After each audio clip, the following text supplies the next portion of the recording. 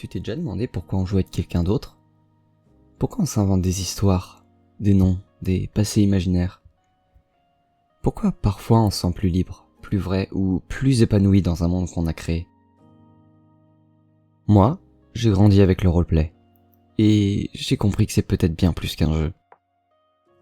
Tout a commencé vers mes 11 ans, lorsque je jouais sur Minecraft. Avec mes amis, on créait des serveurs privés, pas de mode, pas de plugin, mais une imagination débordante et des idées par centaines. On construisait des châteaux, des prisons, des villes, des bateaux de pirates. On décidait d'une époque, d'un style, d'une ambiance, et c'était parti pour des heures, voire des jours de jeu. On avait même trouvé notre petite technique. Sur Skype, on coupait simplement nos micros si nos persos étaient loin, et on jouait le jeu de ne pas entendre les autres. Et plus tard, quand Discord est arrivé, c'était la même chose. On avait juste à faire un petit serveur avec des channels vocaux par zone, et c'était parti. On faisait tout à la main, sans compétences et sans mode. Pourtant, l'immersion fonctionnait à merveille. Et au fond, c'est peut-être ça qui était si magique. En parallèle à Minecraft, on était également sur Roll20, du vrai JDR, comme Donjons et Dragons, mais avec nos propres histoires. C'est un site où l'on peut importer des images de maps, objets et personnages, en somme tout à fait modulable en temps réel.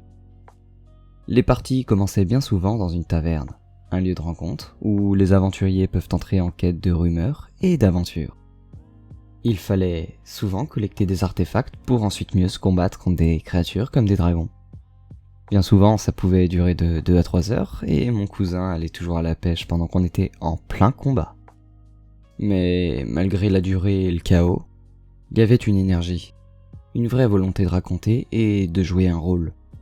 Il nous arrivait souvent de créer des parchemins de lore sur des bouts de papier droppables, avec des lancers de dés de perception. Rien n'était hors de portée grâce à ce site.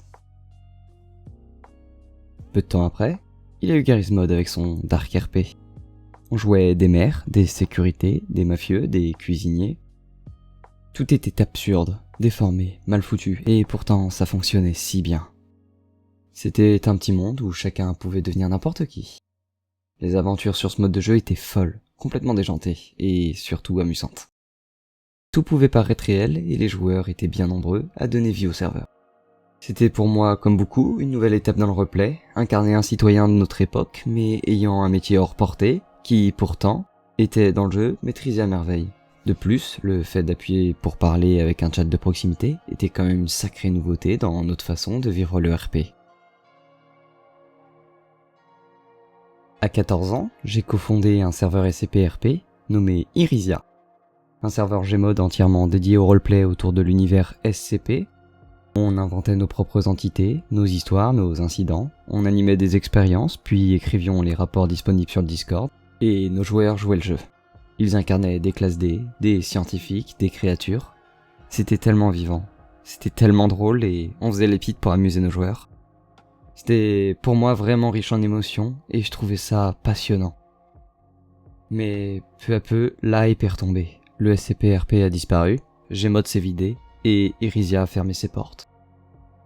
Je retourne parfois sur la map, elle me semble si vide. Mais je revois tout, les couloirs, les fuites, les cris, tout est encore là. Je n'ai pas joué à GTA RP, mais je l'ai vu arriver. Et avec lui, une nouvelle façon de faire du RP. Plus adulte, plus codifiée, plus ambitieuse, plus réaliste, et surtout plus libre. La map de GTA V est immense. Elle offre une variété de décors qu'aucun autre jeu de RP n'avait à l'époque. Villes, montagnes, plages, déserts. Les métiers sont nombreux, les véhicules sont fluides, les armes sont accessibles, et surtout, le jeu est déjà ultra optimisé pour le multijoueur. Ce n'était plus juste un délire entre potes, c'était des serveurs très professionnels, des scripts personnalisés, des histoires dignes de série. C'était fascinant. Mais quelque part, je me sentais quelque peu perdu, vide. Peut-être que c'est là que Gmod a commencé à s'essouffler, et que moi, j'ai commencé à me souvenir. Avec mes amis, on faisait du JDR autour d'une table. Pas sur un site ou sur des jeux cette fois-ci, mais bien en vrai. On griffonnait nos fiches de perso sur des tickets de caisse, entre 2 bières et une enceinte qui jouait de la musique médiévale. Les jets de dés, les fous rires, les silences à 1h du mat quand un perso meurt, c'est pas seulement du RP écrit, C'est du RP que l'on a bel et bien vécu. Des moments partagés entre amis qui seront à jamais gravés dans nos esprits de joueurs. Un JDR m'avait tellement marqué que je l'avais refait en croquis de BD pour ne pas l'oublier.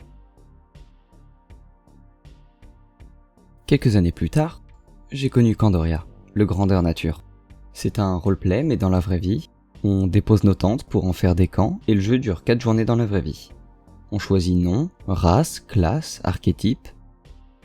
Au début, ça peut paraître un peu gênant, surtout pour quelqu'un d'assez introverti comme moi, mais on s'adapte, on se fond dedans. Je suis devenu un barde, je joue du luth et survis avec mon camp. On campe, on marche, on boit, on vit. Parfois on se fait détruire par des gens mal intentionnés ou par des entités, mais on est entièrement dans l'expérience. Candoria, c'est pas un jeu vidéo, c'est pas un scénario, c'est un monde, un vrai, où t'es vraiment quelqu'un d'autre. Aujourd'hui encore, je regarde Locklear et ses amis jouer à Red Dead 2 RP, je participe encore à Candoria. Des fois je me dis, pourquoi ne pas refaire un SCP-RP mais cette fois-ci avec le moteur d'Unreal et je me rappelle que peut-être que chaque chose a une fin, une époque propre. Je sais que je n'ai pas cité tous les jeux de RP existants, mais je voulais partager mon expérience personnelle. Peut-être, et j'espère que je serai amené à vivre d'autres expériences de RP, à partager des moments sérieux, drôles et tendus avec d'autres personnes, parce qu'au fond, on ne joue pas à être quelqu'un d'autre. On joue à être ce que l'on n'ose pas, ou ce que l'on ne peut pas être en vrai, et ça, c'est peut-être la chose la plus sincère qu'on ait jamais faite.